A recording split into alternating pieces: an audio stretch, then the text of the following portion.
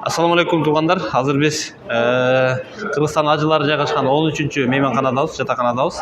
Азыр сиздерге ушул тамак аш тууралуу айтып берейин. Бул 2025-жылы кыргызстандык ажыларга тамактын 11 түрү берилет. 2ден бөлүп күн сайын. Ошолор плов, мастава, дапанжы, фрикадельки, тоок шорпо, дымдама, рагу, шорпо, гуляш, чучвара деп ушул 11 түрдү тандап келиштик. Кулай берсе ошол берилет.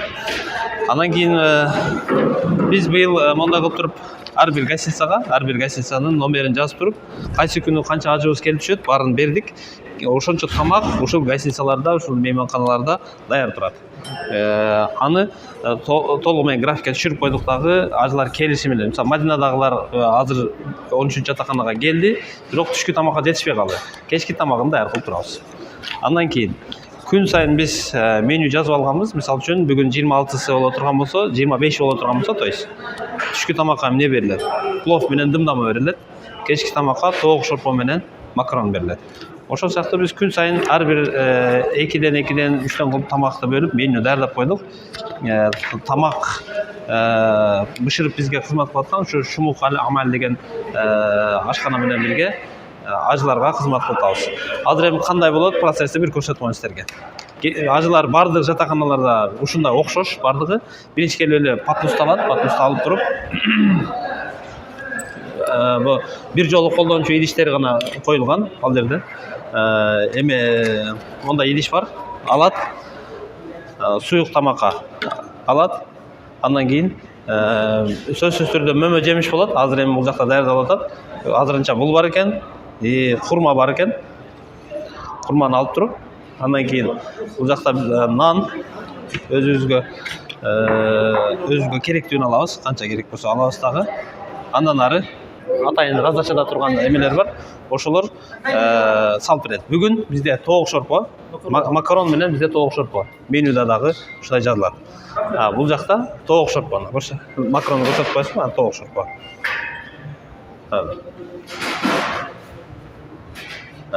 Макарон, тоок шорпо ажыларыбызга даяр турат. Андан кийин бул тамакты алгандан кийин бул жакта ар бир жатаканага ушундай коюлган көк чай каалоочулар үчүн, кара чай, көк чай. Кум шекер менен ичем дегендер үчүн кум шекер, ысык чай. Ысык чай ар дайым кайнап турат. Анан атайын соктор бар. Лимон сок менен мондай сокту коюп койгонбуз. Калаганы ичип кете берет. Андан башка жок, жөн суулар боло турган болсо, сууларды дагы бул жерде эмес менен коюп койгонбуз. Жетиштүү санда кенен коюп койгонбуз. Ар ким өзүнө керектүүнү ала берет. Орундар боюнча айта турган болсок, көпчүлүк жатаканаларда орундар жетиштүү негизинен, кенен орундар бар. Бул 13-жатаканада кенен. Бул жер бир гана эркектер үчүн. Бул жерден эркектер келет дагы, бир учурда 150-200ге жакын киши тамак ичип кете берет. Себеби дегенде бул жерде 1100 ажы болгондуктан бир учурда ошончо места ошончого жетишпесек, анда тамактын убактысында жетишпей калышы мүмкүн да. Ошондуктан 150-200ге чейин кишилер тамакты ичип чыга берет. Андан башка биздин аялдар үчүн өзүнчө эмебиз бар. 13-дө аялдар ошол жакта жейт. Эң эме жери бул жылы кандай десем, мындай тамактар өзүбүздүн табитке жараша жасаганга аракет кылып атабыз. Уламдан улам эле ошону эскертип атабыз. Ушундай кылсаңар деп башында келишимде болгон сыяктуу деп суранып атабыз, эскертип атабыз. Кудай буйрса башталышы жакшы кетип атат. Биз азыр тамактарды көрө турган болсок, бул тоок шорпо ажыларга даяр турат. Бул жакта дагы тоок шорпо даяр. Макаронду жашап коеюн.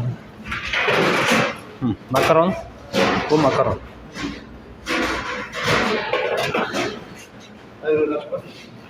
Табрына. Макарон экен бул дагы. Дүжжач. Шурба дүжжач. Бул биздин тоок шорпо кадимки. Бисмиллахир-рахманир-рахим. Машалла. Бул өзүбүздүн эле даамга окшош.